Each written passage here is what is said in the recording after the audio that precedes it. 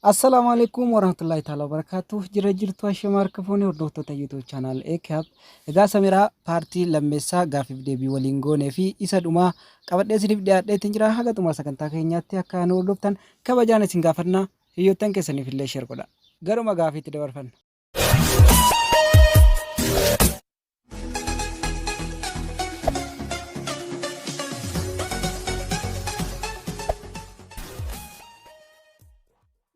Kan immoo jechuudha karoorri kan kee gara fuulduraa maalii nuuf gaafadhu jedhaniitiin jiranii.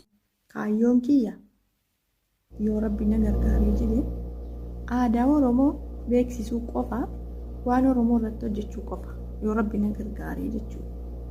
Maalfaa yoo jettee mana soorata aadaa Oromoo mana huccuu aadaa Oromoo irratti hojjechuun barbaada kan mataa kiyyaa banee jechuudha. Egaa du'aayinaa godha sanarraa kana waan biraa yaadaan jiru darbee immoo rakkataa gargaaruu yatiima bira dhaabbachuu baay'ee nawwa garuu hufna kiyyatu achi ga'uu dide malee. Hayyee rabbiin si haa gargaaru Samiraa keenya. Kan itti aanu immoo jechuudha Samiraan barnoota irratti akkami kutaa meeqa baratte waan jedhu walumaa galatti dhimma barnoota irratti.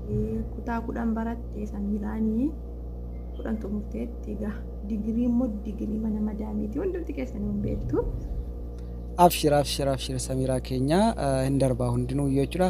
Kan biraa immoo kan si gaafatan Samiraan eessatti dhalattee guddatte kan jedhudha. Eessatti dhalattee guddatte gaafa jettan egaa gaaffii nama baay'eeti yeroo baay'een deebisa. Maaliin beektan yoo haasaa makiyyarraa bakka itti dhalattee guddatte Wallagga Bahaati magaalaa Naqamteeti. Nu fakkaadhu biyyaan cootee biyya buna qalaa. Biyya buna qalaa hin beektu jedhee yaada biyya coroorsaan fa'aa jiru akkasii. Hayyee ta'u warri hin dhagahin har'aa dhagaanu kan itti aanu immoo jechuudha jaalallee keetii waliin si'ii baallama qabatee wal arguuf karoorfatee maatiin kee irraa si dhorkanii beekanii. Bisaniiru naan bisanii hin beekanii. Hayyee haa ta'u kan itti aanu gaaffii yeroo baay'ee keessummoota YouTube channel Eekab gaafatamudha. Shamarran yeroo baay'ee maallaqa jaallatti jedhama. Ati akka keetiitti dhiira maallaqa qabu kan jaalala siif hin qabne moo kan maallaqa hin qabne jaalala siif qabu filatta kan jedhudha. Ani wallaahi jechuudha. Kan maallaqa hin qabne kan na jaallatu anis nan jaalladhaani. Maaliif seete? Kan maallaqa qabu qilleensa inni mataan isaa maallaqa duukaa qilleensa maallaqis qilleensa inni illee qilleensa nama akkasii hin fedhu siin jedha obboleessa ko rakkataa ko naafa jiraatu. Samiraa gaafiin YouTube channel Eekab irraa siif dhiyaate maamiltoonni siif dhiyeessan irra caalaan gaafii galateeffannaati kan hafellee jechuudha. Baay'ee si galateeffadha hojii kee hunda baay'een jaalladha. Wallagga biyya kan keettis illee baay'ee natti tola biyya badhaatuudha waan jedhu siif dhiyeessaniitiin jiran jechuudha. Hedduu galatoomii Wallagga koo waan naa jaallattuu fi ani nama arrabsuus hin jaalladhu amala koo keessatti jechuudha. Hamman beeku namni kun irraa barataa laata. Dubbadhee fakkaayarra waan dabaa keessatti dubbadheeraa deeqanii viidiyoo korra deebi'ee ilaaluun hin jira. Waan nama mufachiisu dubbachuus hin barbaadu. Gandammoo gandummaas faarsuun barbaadu. Ani Oromoodha. Oromoon tokkoof tokko kanarraa kana beeka. Wallaggaa, Jimmaa, Arsii, Baalee maal arganii jedhanii hin beeku. Oromoon hundi anaaf tokko dhiiga kootii siin jedha sumarraan. Hedduu galatoomii gaaffii keetiif siin jedha Muhammad Daawud. Hayyee Samiraa keenya akkasuma ta'uu qaba ture. Kan itti naannoo jechuudha jaarsa kee naaf bilookii yaada Joosiif dhiyeesseetiin jira. Ati jaartii kee bilookii taasisuudhaan maaliif garuu saafuu dhabbaa komaa inni yaada keetiifi galatoomii yaada nama harkatti jibbuun hin ta'u maafan bilookare ati jaartii kee bilookii. Hayyee Samiraa baay'ee galatoomii kan itti aanu immoo mudannoo waa'ee jaalalaa irratti qabdu nuuf qoodi jedha. Mudannoo kana dura isinitti meera barsiisaa kiyya kutaa 9 gaaffii jaalalaa na gaafatee nanani didee jennaan 60 keessaa duwwaanaa kaayee isiniin jedheera.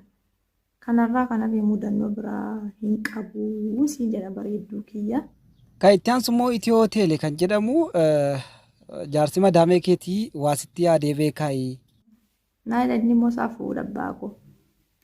Tajaajila warra bilbilaatii maaloodha. Anoon beeku Itiyoo Telekoom irraa natti fakkaata. Anoon beeku isaa kana gaaffii isaa garuu deema waan fedheefu natti yaadees hin beeku maam natti yaadas maalitti wal geenya. Isaa fuudha gaaffii daba. Hayyee Samiraa keenya gaafiin uummanni siif qabanuu fi akka ekee app irratti siif qabullee kana fakkaata ture waan na wajjin turteef guddaa galatoomii siin jedha. Dhumarratti dhaamsa dhaammattu uummataaf yoo kan qabdu ta'e itti fufuu dandeessa. Kaan yeroo biraatiin yoo rabbi jedhee wal argina nan gala jettee nagaan illee gara biyya kee galii gaafii ergaa qabdu yoo qabaatte itti fufuu dandeessa. Darbee jechuudha. Warreen gaaffii na gaafattan hundi keessan hedduu isin jaalladha, hedduu isin kabaja. Ijoollee Oromoo hundumti keessan kan na jaallattanis kan na jibbitanis isiniin jaalladha, isiniin kabaja. Asumarraan yuutuubii keessan laayik, sheer, sabskiraayib walii godhaa, wal jajjabeessaa. Asumarraa yeroo kana daawwattan illee gara Awwal Kadir deemaatii yuutuubii isaa sheer, laayik, sabskiraayib gochuudhaan uummata biraan gaafii wal jajjabeessaan isiniin jedha. Ijoollee Oromoo keessumatti gandummaan faarsina. Yeroo hundumaa kana dubbatti jechuu dandeessu.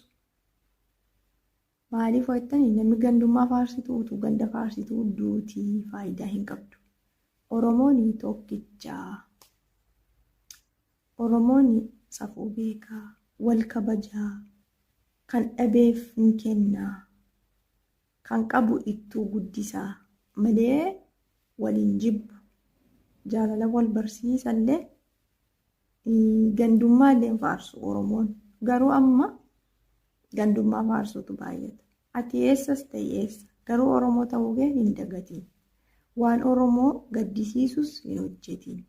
Waan Oromoo gammachiisu immoo hanga lubbuun kee lafarra jirutti hojjedhuun isiniin jedha. Hunduma keessan isiniin jaalladha, isiniin kabajaa. Oolmaa gaarii bakka jirtanitti isiniif haa ta'u. Eessa jiraadde illee ani isinuma faana jiran isiniin jedha. Oolmaa gaarii isiniif hawwaa. Fuuldurri keessan ifaa nagaadhaan naaf ta'an isiniin jedha.